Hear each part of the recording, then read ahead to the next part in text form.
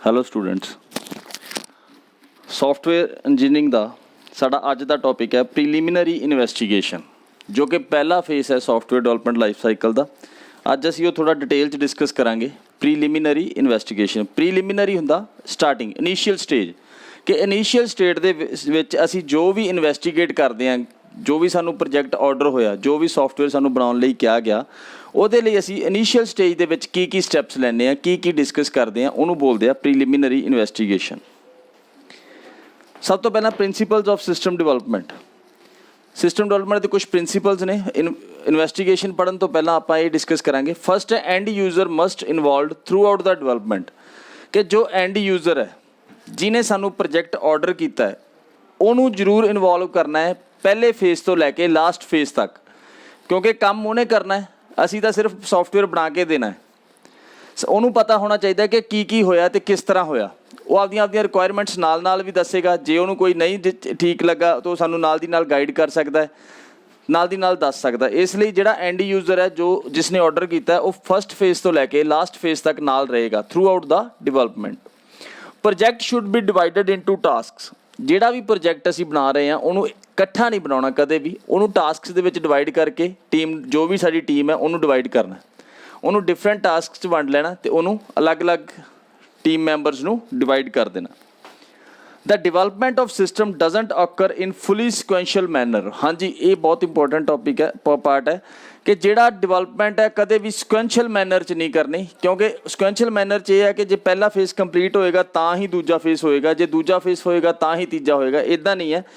ਅਸੀਂ ਉਹਨੂੰ ਜਦੋਂ ਟਾਸਕਸ 'ਚ ਡਿਵਾਈਡ ਕਰਤਾ, ਕੋਈ ਵੀ ਟਾਸਕ ਪਹਿਲਾਂ ਫੁੱਲ ਕੰਪਲੀਟ ਹੋ ਸਕਦੀ ਹੈ, ਅਸੀਂ ਉਹਨੂੰ ਉੱਥੇ ਹੀ ਰਨ ਕਰਕੇ ਦੇਖ ਲੈਣਾ। ਜੇ ਉਹ ਠੀਕ ਹੈ ਤਾਂ ਠੀਕ ਹੈ।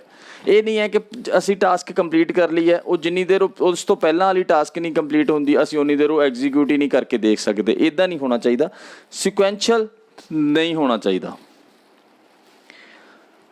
During development check points must be establish to reevaluate. ਹਾਂਜੀ, ਚੈੱਕ ਪੁਆਇੰਟਸ, ਜਿੱਦਾਂ ਕਿ ਮੰਨ ਲਓ ਇੱਕ ਰੋਡ ਹੈ, ਕੋਈ ਰੇਸ ਹੋਣ ਲੱਗੀ ਹੈ, ਉਹਦੇ 'ਤੇ 1600 ਮੀਟਰ ਦੀ ਮੰਨ ਲਓ ਰੇਸ ਹੈ, ਤਾਂ ਕੀ ਹੈ 400 ਮੀਟਰ 'ਤੇ ਅਸੀਂ ਇੱਕ ਪਰਸਨ ਖੜ੍ਹਾ ਕੀਤਾ ਕਿ ਤਾਂ ਕਿ ਬੰਦੇ ਨੂੰ ਦੱਸਣ ਵਾਸਤੇ ਕਿ 400 ਮੀਟਰ ਪੂਰੀ ਹੋ ਗਈ, ਤੂੰ ਵਧੀਆ ਕੰਪਲੀਟ ਕਰ ਲਈ ਹੈ।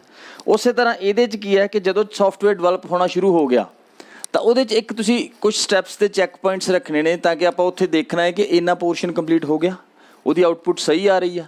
ਫਿਰ ਫਰਦਰ ਇੱਕ ਚੈੱਕ ਪੁਆਇੰਟ ਹੈ, ਉੱਥੋਂ ਤੱਕ ਦੇਖਣਾ ਹੈ ਕਿ ਉਹਦੀ ਚੈੱਕ ਪੁਆਇੰਟ 'ਤੇ, ਉਸ ਚੈੱਕ ਪੁਆਇੰਟ 'ਤੇ ਜੋ ਸਾਨੂੰ ਆਊਟਪੁੱਟ ਚਾਹੀਦੀ ਸੀ ਉਹ ਮਿਲ ਰਹੀ ਹੈ। ਇੱਦਾਂ ਅਸੀਂ ਡਿਊਰਿੰਗ ਡਿਵੈਲਪਮੈਂਟ ਅਲੱਗ-ਅਲੱਗ ਜਗ੍ਹਾ 'ਤੇ ਚੈੱਕ ਪੁਆਇੰਟਸ ਰੱਖ ਦੇਣੇ ਨੇ, ਤਾਂ ਕਿ ਅਸੀਂ ਉਹਨਾਂ ਨੂੰ ਚੈੱਕ ਕਰ ਸਕੀਏ।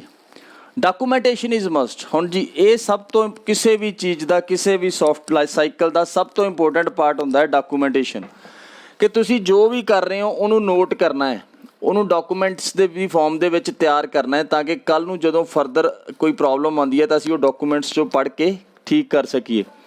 ਤੁਸੀਂ ਦੇਖਿਆ ਹੋਣਾ ਕਿ ਜਿਹੜਾ ਅਸੀਂ ਕੋਈ ਵੀ ਇਲੈਕਟ੍ਰੋਨਿਕਸ ਇਕੁਇਪਮੈਂਟ ਲੈਂਦੇ ਹਾਂ ਜਾਂ ਸੌਫਟਵੇਅਰ ਲੈਂਦੇ ਹਾਂ, ਉਹਦੇ ਨਾਲ ਇੱਕ ਮੈਨੂਅਲ ਮਿਲਦਾ ਹੈ। ਉਹ ਮੈਨੂਅਲ ਨੂੰ ਅਸੀਂ ਡਾਕੂਮੈਂਟ ਕਹਿ ਸਕਦੇ ਹਾਂ। ਉਹਦੇ 'ਚ ਸਾਰਾ ਕੁਛ ਲਿਖਿਆ ਹੁੰਦਾ ਕਿ ਇਹ ਜਿਹੜਾ ਇਲੈਕਟ੍ਰੋਨਿਕ ਗੁੱਡ ਹੈ ਉਹ ਕੀ ਹੈ, ਕਿੱਦਾਂ ਇਹ ਕੰਮ ਕਰਦਾ, ਕਿੰਨੇ ਇਹਦੇ 'ਚ ਕੰਪੋਨੈਂਟਸ ਨੇ ਅਤੇ ਕਿਹੜੇ ਕੰਪੋਨੈਂਟ ਕੀ ਕੰਮ ਕਰਦੇ ਨੇ। ਹਾਂਜੀ, ਹੁਣ ਆਈ ਹੈ ਵਾਰੀ ਪ੍ਰੀਲਿਮਿਨਰੀ ਇਨਵੈਸਟੀਗੇਸ਼ਨ ਦੀ। ਅਸੀਂ ਡੈਫੀਨੇਸ਼ਨ ਪੜ੍ਹਦੇ ਹਾਂ। The purpose of preliminary investigation is to determine whether the problem or deficiency in the current system really exist. ਹਾਂਜੀ, ਸਭ ਤੋਂ ਪਹਿਲਾਂ ਤਾਂ ਇਹਦੇ 'ਚ ਕਹਿੰਦਾ ਕਿ ਸਾਨੂੰ ਪ੍ਰੋਬਲਮ ਮਿਲ ਗਈ, ਸਾਨੂੰ ਸੌਫਟਵੇਅਰ ਦਾ ਆਰਡਰ ਹੋ ਗਿਆ, ਇੱਕ ਪ੍ਰੋਬਲਮ ਸਾਨੂੰ ਮਿਲੀ ਕਿ ਇਸ ਤਰ੍ਹਾਂ ਦਾ ਸਾਡਾ ਸਿਸਟਮ ਹੈ, ਉਹਦੇ ਲਈ ਸੌਫਟਵੇਅਰ ਬਣਾਉਣਾ। ਤਾਂ ਪਹਿਲਾਂ ਤਾਂ ਇਹ ਦੇਖਣਾ ਕਿ ਪ੍ਰੋਬਲਮ ਹੈ ਤਾਂ ਕੀ ਹੈ। ਨੰਬਰ 2 'ਤੇ ਜੇ ਮੰਨ ਲਓ ਆਲਰੇਡੀ ਉਹਨਾਂ ਕੋਲ ਕੋਈ ਸੌਫਟਵੇਅਰ ਹੈ, ਤਾਂ ਆਪਾਂ ਇਹ ਦੇਖਣਾ ਕਿ ਉਹ ਐਗਜ਼ਿਸਟ ਕਰਦਾ, ਜੋ ਸਿਸਟਮ ਐਗਜ਼ਿਸਟ ਕਰ ਰਿਹਾ, ਉਹਦੇ 'ਚ ਕੀ ਕਮੀਆਂ ਨੇ, ਕੀ ਡਰਾਬੈਕਸ ਨੇ, ਅਤੇ ਅਸੀਂ ਉਹਨਾਂ ਨੂੰ ਕਿਵੇਂ ਦੂਰ ਕਰ ਸਕਦੇ ਹਾਂ। ਕੀ ਜੋ ਯੂਜ਼ਰ ਕਹਿ ਰਿਹਾ, ਜੋ ਐਂਡ ਯੂਜ਼ਰ ਸਾਡੇ ਤੋਂ ਡਿਮਾਂਡ ਕਰ ਰਿਹਾ, ਵਾਕਈ ਉਹ ਪ੍ਰੋਬਲਮ ਹੈ। The project team may re-examine some of the feasibility aspects of the project. The end result is a decision to proceed further or to abandon the project. ਹਾਂਜੀ, ਉਹ ਕਹਿੰਦਾ ਜਿਹੜੀ ਟੀਮ ਹੋਏਗੀ ਫਿਜ਼ੀਬਿਲਿਟੀ ਐਸਪੈਕਟ ਦੀ, ਉਹ ਪ੍ਰੋਜੈਕਟ ਨੂੰ properly study ਕਰੇਗੀ problem ਨੂੰ, ਕਿ ਵਾਕਈ ਹੀ ਪ੍ਰੋਬਲਮ ਐਗਜ਼ਿਸਟ ਕਰਦੀ ਹੈ। ਜੇ ਹੈ, ਉਹਦੇ ਬੇਸ, ਉਹਨਾਂ ਦੇ ਡਿਸੀਜ਼ਨ 'ਤੇ ਬੇਸ 'ਤੇ ਹੀ ਅਸੀਂ ਡਿਸਾਈਡ ਕਰਾਂਗੇ ਕਿ ਅਸੀਂ ਅੱਗੇ ਵਧਣਾ ਜਾਂ ਇਸ ਪ੍ਰੋਜੈਕਟ ਨੂੰ ਲੀਵ ਕਰ ਦੇਣਾ। Stages of preliminary investigation. Stages ਕੀ ਨੇ? ਸਭ ਤੋਂ ਪਹਿਲਾਂ clarify the project request. it should be clear that what they are going to do and what is required. Clear है कि ਪਹਿਲਾਂ ਤਾਂ ਜਿਸ ਐਂਡ ਯੂਜ਼ਰ ਨੇ ਸਾਨੂੰ ਆਰਡਰ ਦਿੱਤਾ ਉਹ ਕਰਨਾ ਕੀ ਚਾਹੁੰਦਾ ਉਸ ਸੌਫਟਵੇਅਰ ਦੇ ਥਰੂ ਤੇ ਉਹਦੀ ਰਿਕੁਆਇਰਮੈਂਟ ਕੀ ਹੈ, ਪਹਿਲਾਂ ਤਾਂ ਕਲੀਅਰ ਕਰਨਾ ਹੈ, ਕਲੈਰੀਫਾਈ ਕਰਨਾ ਹੈ ਕਿ ਪ੍ਰੋਜੈਕਟ ਦੀ ਰਿਕੁਐਸਟ ਸਾਨੂੰ ਕੀ ਹੈ। ਸੈਕਿੰਡ ਹੈ ਡਿਟਰਮਾਈਨ ਦਾ ਪ੍ਰੋਜੈਕਟ ਸਾਈਜ਼। ਹਾਂਜੀ, ਇਹ ਇੱਕ ਇੰਪੋਰਟੈਂਟ ਟੌਪਿਕ ਹੈ, ਇੰਪੋਰਟੈਂਟ ਪਾਰਟ ਹੈ। ਸਾਈਜ਼ ਕਿੱਡਾ ਹੋਏਗਾ, ਸਮੋਲ ਸਾਈਜ਼ ਹੈ, ਬਿਗ ਸਾਈਜ਼ ਹੈ ਜਾਂ ਐਕਸਟਰਾ ਲਾਰਜ ਸਾਈਜ਼ ਹੈ, ਕਿ ਜਿੱਡਾ ਸੌਫਟਵੇਅਰ ਬਣਾਵਾਂਗੇ ਉਨੀ ਉਹਦੀ ਕੋਸਟ ਵੱਧਦੀ ਜਾਣੀ ਹੈ। ਠੀਕ ਹੈ ਨਾ, ਜਿੰਨਾ ਸੌਫਟਵੇਅਰ ਬੜਾ ਹੋਏਗਾ ਉਹਦੀ ਕੋਸਟ ਵੀ ਵਧੇਗੀ, ਉਸ ਦੇ ਅਕੋਰਡਿੰਗ ਹੀ ਫਿਰ ਸਾਨੂੰ ਬੈਨੀਫਿਟਸ ਦੇ ਆਪਦੇ ਧਿਆਨ ਰੱਖਣਾ ਪੈਣਾ। Must analyze the exact size of the project going to develop. ਜੋ ਤੁਸੀਂ ਡਿਵੈਲਪ ਕਰਨਾ ਉਹਦੇ ਐਗਜ਼ੈਕਟ ਸਾਈਜ਼ ਦੇ ਥਰੂ ਗੋ ਥਰੂ ਜ਼ਰੂਰੀ ਹੈ ਬਣਾਉਣ ਤੋਂ ਪਹਿਲਾਂ। Determine the project size. must analyze the exact size of the project going to develop.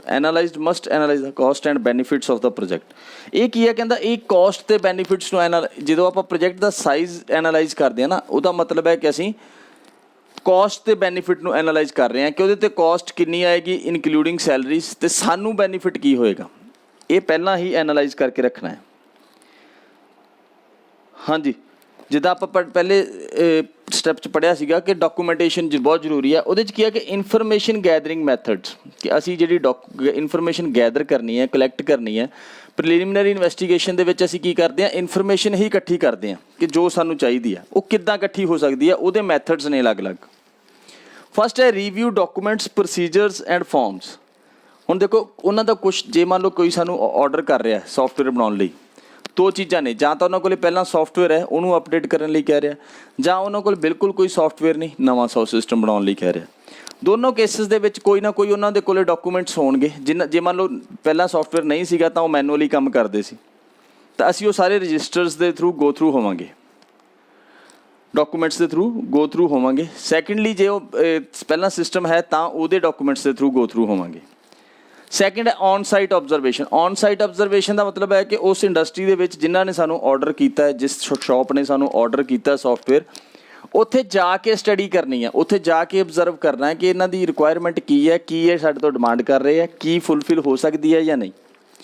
Interviews ਦੇ ਵਿੱਚ ਕੀ ਹੈ ਕਿ ਇੰਟਰਵਿਊ ਇਹ ਨਹੀਂ ਹੁੰਦੀ ਕਿ ਸਿਰਫ ਜੋਬ ਲਈ ਹੀ ਇੰਟਰਵਿਊ ਹੁੰਦੀ ਹੈ। ਜਦੋਂ ਅਸੀਂ ਇੰਟਰਵਿਊ ਦਾ ਪਰਪਸ ਹੈ ਇੱਥੇ ਇੰਟਰਵਿਊ ਦਾ ਪਰਪਸ ਹੈ ਕਿ ਅਸੀਂ ਜਿੰਨੇ ਵੀ ਉੱਥੇ ਯੂਜ਼ਰਸ ਨੇ ਜਿਨ੍ਹਾਂ ਨੇ ਉਹ ਯੂਜ਼ ਕਰਨਾ ਹੈ ਜਾਂ ਜੋ ਆਰਡਰ ਕਰ ਰਿਹਾ, ਉਹਨਾਂ ਦੇ ਨੂੰ ਤੁਹਾਨੂੰ ਕੁਐਸਚਨਾਇਰ ਕਰਨਾ ਹੈ, ਉਹਨਾਂ ਤੋਂ ਕੁਐਸਚਨਸ ਪੁੱਛਣੇ ਨੇ ਉਹਨਾਂ ਦੀ ਰਿਕੁਆਇਰਮੈਂਟਸ ਦੇ ਅਕੋਰਡਿੰਗ।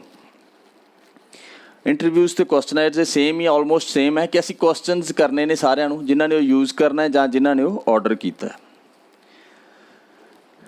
ਪ੍ਰੀਲਿਮਿਨਰੀ ਇਨਵੈਸਟੀਗੇਸ਼ਨ ਤੋਂ ਬਾਅਦ ਅਗਲਾ ਆ ਜਾਂਦਾ ਫਿਜ਼ੀਬਿਲਿਟੀ ਸਟੱਡੀ। ਫਿਜ਼ੀਬਿਲਿਟੀ ਸਟੱਡੀ ਕਿ ਅਸੀਂ ਸਟੱਡੀ ਕਰਨੀ ਹੈ। ਹੁਣ ਉਹ ਅਸੀਂ ਪਹਿਲਾਂ ਦੇਖ ਲਿਆ ਕਿ ਪ੍ਰੋਬਲਮ ਹੈ ਕੀ ਇਨੀਸ਼ੀਅਲ ਸਟੇਜ ਦੇ ਵਿੱਚ, ਹੁਣ ਅਸੀਂ ਉਹਨਾਂ ਦੇ ਥਰੂ ਡੀਪਲੀ ਸਟੱਡੀ ਕਰਨਾ ਹੈ।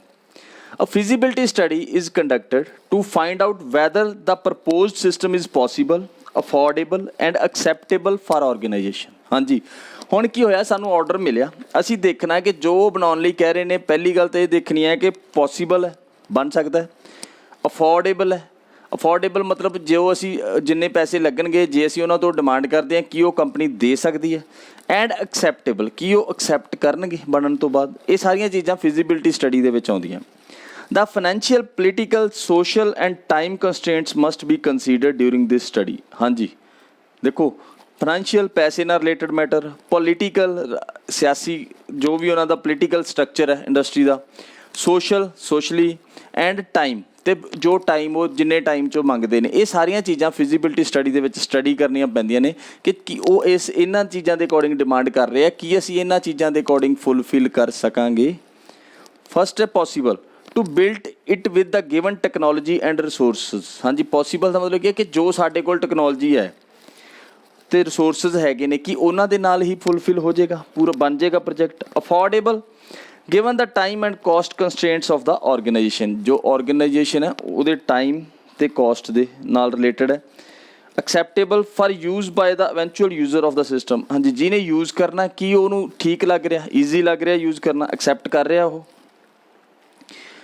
ਸਭ ਤੋਂ ਇੰਪੋਰਟੈਂਟ ਟੌਪਿਕ ਹੈ ਬੱਚੇ, ਧਿਆਨ ਦੇਣਾ ਜੋ ਵੀ ਇਹ ਹੈ, ਟਾਈਪਸ ਫਿਜ਼ੀਬਿਲਿਟੀ ਸਟੱਡੀ ਅਤੇ ਟਾਈਪਸ ਆਫ ਫਿਜ਼ੀਬਿਲਿਟੀ ਸਟੱਡੀ। ਐਗਜ਼ਾਮ 'ਚ ਕਾਫੀ ਆਉਂਦਾ ਹੈ।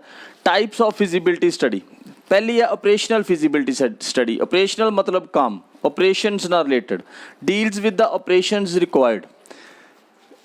ਅਸੀਂ ਸਟੱਡੀ ਕਰਨਾ ਹੈ ਕਿ ਕਿੰਨੇ ਆਪਰੇਸ਼ਨਸ ਹੋਣੇ ਨੇ, ਕਿੰਨੇ ਕੰਮ ਹੋਣੇ ਨੇ, ਕਿਹੜੇ ਕੰਮ ਹੋਣੇ ਨੇ, ਉਹਨਾਂ ਦੇ ਨਾਲ ਜਿਹੜੀ ਸਟੱਡੀ ਡੀਲ ਕਰਦੀ ਹੈ ਉਹਨੂੰ ਅਸੀਂ ਕਹਿੰਦੇ ਹਾਂ ਓਪਰੇਸ਼ਨਲ ਫਿਜ਼ੀਬਿਲਿਟੀ ਸਟੱਡੀ। ਟੈਕਨੀਕਲ ਫਿਜ਼ੀਬਿਲਿਟੀ ਸਟੱਡੀ ਕਿ ਜੋ ਸਾਡੇ ਕੋਲ ਟੈਕਨੋਲੋਜੀ ਹੈ, ਜੋ ਸਾਨੂੰ ਪ੍ਰੋਜੈਕਟ ਆਰਡਰ ਹੋਇਆ ਹੈ ਉਹਦੇ ਨਾਲ ਹੀ ਬਣ ਜਾਏਗਾ, ਜਾਂ ਸਾਨੂੰ ਨਵੀਂ ਟੈਕਨੋਲੋਜੀ ਪਰਚੇਜ਼ ਕਰਨੀ ਪਏਗੀ, ਜਾਂ ਜੋ ਹੈ ਉਹੀ ਸਫੀਸ਼ੀਐਂਟ ਹੈ। ਇਹ ਹੈ ਟੈਕਨੀਕਲ ਫਿਜ਼ੀਬਿਲਿਟੀ। ਇਕਨੋਮਿਕ ਫਿਜ਼ੀਬਿਲਿਟੀ ਤੁਸੀਂ ਸਾਰੇ ਸਮਝਦੇ ਹੋ। ਇਕਨੋਮਿਕ ਮਤਲਬ ਪੈਸੇ ਨਾਲ ਰਿਲੇਟਡ, ਕਿ ਜੋ ਸਾਡੇ ਕੋਲ ਹੈ ਕੋਸਟ ਹੈ ਉਹਦੇ ਕਿੰਨੀ ਕੋਸਟ ਆਏਗੀ, ਅਤੇ ਜੋ ਅਸੀਂ ਉਹਦੇ ਤੋਂ ਕਸਟਮਰ ਤੋਂ ਡਿਮਾਂਡ ਕਰ ਰਹੇ ਹਾਂ ਪੈਸਾ ਬਣਾਉਣ ਦਾ, ਕੀ ਉਹਦੇ 'ਚ ਸਾਨੂੰ ਬੈਨੀਫਿਟ ਹੋਏਗਾ, ਪ੍ਰੋਫਿਟ ਹੋਏਗਾ। Deals with the cost of the project and benefits from it, ਕਿ ਜੋ ਅਸੀਂ ਕੋਸਟ ਉਹਦੀ ਰੱਖੀ ਹੈ, ਕਿ ਅਸੀਂ ਡਿਮਾਂਡ ਕੀਤੀ ਹੈ ਕੰਪਨੀ ਤੋਂ ਕਿ ਅਸੀਂ ਤੁਹਾਡਾ ਪ੍ਰੋਜੈਕਟ ਬਣਾ ਦਿੰਦੇ ਹਾਂ, ਸੋਫਟਵੇਅਰ ਬਣਾ ਦਿੰਦੇ ਹਾਂ, ਸਾਨੂੰ ਇਹ ਸਾਡਾ ਚਾਰਜਸ ਹੋਣਗੇ, ਕਿ ਉਹਨਾਂ ਚਾਰਜਸ ਦੇ ਵਿੱਚ ਜੋ ਪ੍ਰੋਜੈਕਟ ਦੀ ਕੋਸਟ ਹੈ ਉਹ ਨਿਕਲ ਕੇ ਸਾਨੂੰ ਕੁਛ ਪ੍ਰੋਫਿਟ ਹੋ ਰਿਹਾ ਹੈ ਜਾਂ ਨਹੀਂ ਹੋ ਰਿਹਾ। ਲਾਸਟ ਹੈ ਸ਼ਡਿਊਲ ਫਿਜ਼ੀਬਿਲਿਟੀ। ਸ਼ਡਿਊਲ ਦਾ ਮਤਲਬ ਹੈ ਟਾਈਮ, ਕਿ deals with time required for the project. ਮੰਨ ਲਓ ਹੁਣ ਕਿਸੇ ਨੇ ਆਰਡਰ ਕੀਤਾ ਕਿ ਮੈਨੂੰ 4 ਮੰਥਸ ਦੇ ਵਿੱਚ ਕੰਪਲੀਟ ਚਾਹੀਦਾ project, Ki it's it possible ਕਿ ਜੋ ਅਸੀਂ ਸ਼ਡਿਊਲ ਬਣਾਵਾਂਗੇ ਉਹਦੇ 'ਚ 4 ਮਹੀਨੇ 'ਚ ਪੂਰਾ ਹੋ ਸਕਦਾ। That is called schedule feasibility. Benefits of the project. ਹਾਂਜੀ, ਜੋ ਹੁਣ ਪ੍ਰੋਜੈਕਟ ਹੈ ਉਹਦੇ 2 ਤਰ੍ਹਾਂ ਦੇ ਬੈਨੀਫਿਟਸ ਹੁੰਦੇ ਨੇ। ਆਪਾਂ ਇਹ ਦੇਖਣਾ ਹੈ ਕਿ ਪ੍ਰੋਜੈਕਟ ਜਿਹੜੀ ਬੈਨੀਫਿਟਸ ਕਿਹਨੂੰ ਹੋਣੇ ਨੇ, ਕੰਪਨੀ ਨੂੰ ਜਿਹਨੇ ਸਾਨੂੰ ਆਰਡਰ ਕੀਤਾ। ਪਹਿਲਾ ਬੈਨੀਫਿਟ ਹੈ ਟੈਂਜੀਬਲ ਬੈਨੀਫਿਟਸ। ਟੈਂਜੀਬਲ ਬੈਨੀਫਿਟਸ ਉਹ ਹੁੰਦੇ ਨੇ ਜਿਹੜੇ ਦਿਖਦੇ ਨੇ ਅਤੇ ਮੈਜ਼ਰੇਬਲ ਨੇ। Those benefits which are easily quantified ਦਾ ਮਤਲਬ ਹੁੰਦਾ ਮੈਜ਼ਰੇਬਲ, ਕਿ ਜਿਹੜੇ ਈਜ਼ੀਲੀ ਮੈਜ਼ਰ ਕੀਤੇ ਜਾ ਸਕਦੇ ਨੇ, and usually measured in terms of monthly or annual saving or profits. ਹੁਣ ਮੰਨ ਲਓ ਕਿਸੇ ਨੇ ਸਾਨੂੰ ਸੋਫਟਵੇਅਰ ਬਣਾਉਣ ਲਈ ਕਿਹਾ, ਉਹਨੇ ਤਾਂ ਹੀ ਕਿਹਾ ਜੇ ਉਹਨੂੰ ਕੋਈ ਬੈਨੀਫਿਟ ਹੋਊ ਤਾਂ ਹੀ ਉਹਨੂੰ ਫਾਇਦਾ। ਜੇ ਉਹਦਾ ਮੈਨੂਅਲੀ ਕੰਮ ਕਰਕੇ ਖਰਚਾ ਵੀ ਘੱਟ ਹੋ ਰਿਹਾ ਹੈ, ਟਾਈਮ ਵੀ ਬਚ ਰਿਹਾ ਹੈ, ਤਾਂ ਉਹ ਕਿਉਂ ਸੋਫਟਵੇਅਰ ਬਣਵਾਏਗਾ। ਸੋਫਟਵੇਅਰ ਤਾਂ ਬਣਾਏਗਾ ਸਾਡੇ ਤੋਂ ਜੇ ਉਹਨੂੰ ਕੋਈ ਬੈਨੀਫਿਟ ਹੋਏਗਾ ਪੈਸੇ ਦੇ ਰਿਲੇਟਡ ਅਤੇ ਟਾਈਮ ਦੇ ਰਿਲੇਟਡ। ਜਿੱਦਾਂ ਕਿ ਹੁਣ ਟੈਂਜੀਬਲ ਬੈਨੀਫਿਟਸ ਕਿਹੜੇ ਹੁੰਦੇ ਆ, ਇਨਕਰੀਜ਼ ਥਰੂਪੁੱਟ, ਉਹਦੀ ਕੰਮ ਕਰਨ ਦੀ ਐਫੀਸ਼ੀਐਂਸੀ ਵੱਧ ਗਈ ਉਸ ਇੰਡਸਟਰੀ ਦੀ ਸੋਫਟਵੇਅਰ ਮਿਲਣ ਦੇ ਨਾਲ। ਇਨਕਰੀਜ਼ਡ ਥਰੂਪੁੱਟ ਦਾ ਮਤਲਬ ਹੁੰਦਾ ਐਫੀਸ਼ੀਐਂਸੀ, ਆਊਟਪੁੱਟ ਵੱਧ ਗਈ। ਡਿਕਰੀਜ਼ਡ ਰਿਸਪੌਂਸ ਟਾਈਮ, ਜੇ ਉਹ ਕਿਸੇ ਚੀਜ਼ ਨੂੰ 1 ਘੰਟੇ 'ਚ ਪੂਰਾ ਕਰਦੇ ਸੀ ਤਾਂ ਉਹ ਅੱਧੇ ਘੰਟੇ 'ਚ ਪੂਰਾ ਕਰਨ ਲੱਗ ਗਏ, ਹਾਫ ਐਨ ਆਵਰ 'ਚ ਪੂਰਾ ਕਰਨ ਲੱਗ ਗਏ। ਅਤੇ ਇਹਦਾ ਮਤਲਬ ਕੀ ਹੈ ਕਿ ਰਿਸਪੌਂਸ ਟਾਈਮ ਘੱਟ ਗਿਆ। ਇਨਕਰੀਜ਼ਡ ਸੇਲ ਵਧੀ ਉਹਨਾਂ ਦੀ, ਕਿਉਂਕਿ ਸੋਫਟਵੇਅਰ ਦੇ ਨਾਲ ਉਹਨਾਂ ਦੀ ਸੇਲ ਵਧੀ। ਰਿਡਿਊਸ ਐਕਸਪੈਂਸਿਸ, ਅਤੇ ਖਰਚੇ ਘਟੇ। ਇਹ ਹੈ ਟੈਂਜੀਬਲ ਬੈਨੀਫਿਟਸ। ਇਨਟੈਂਜੀਬਲ ਬੈਨੀਫਿਟਸ ਉਹ ਹੁੰਦੇ ਨੇ ਜਿਹੜੇ ਐਕਚੁਅਲ 'ਚ ਮੈਜ਼ਰ ਨਹੀਂ ਕੀਤੇ ਜਾ ਸਕਦੇ ਬਟ ਉਹ ਹੁੰਦੇ ਨੇ। The benefits which are difficult to measured. For example improved customer goodwill, customer ਦੀ ਗੁੱਡਵਿਲ ਵੱਧ ਗਈ ਸਾਡੇ ਨਾਲ ਕਿਉਂਕਿ ਉਹਨੂੰ ਬੈਨੀਫਿਟ ਹੋਣ ਲੱਗ ਗਿਆ। ਇੰਪਰੂਵਡ ਇੰਪਲਾਈ ਮੋਰਾਲ, ਜਿਹੜਾ ਇੰਪਲਾਈ ਕੰਮ ਕਰ ਰਿਹਾ ਸੀ ਇੰਡਸਟਰੀ ਦੇ ਵਿੱਚ ਉਹਦਾ ਮੋਰਾਲ ਵਧਿਆ ਕਿ ਸੌਖਾ ਹੋ ਗਿਆ ਕੰਮ ਕਰਨਾ ਸੋਫਟਵੇਅਰ ਦੀ ਹੈਲਪ ਦੇ ਨਾਲ।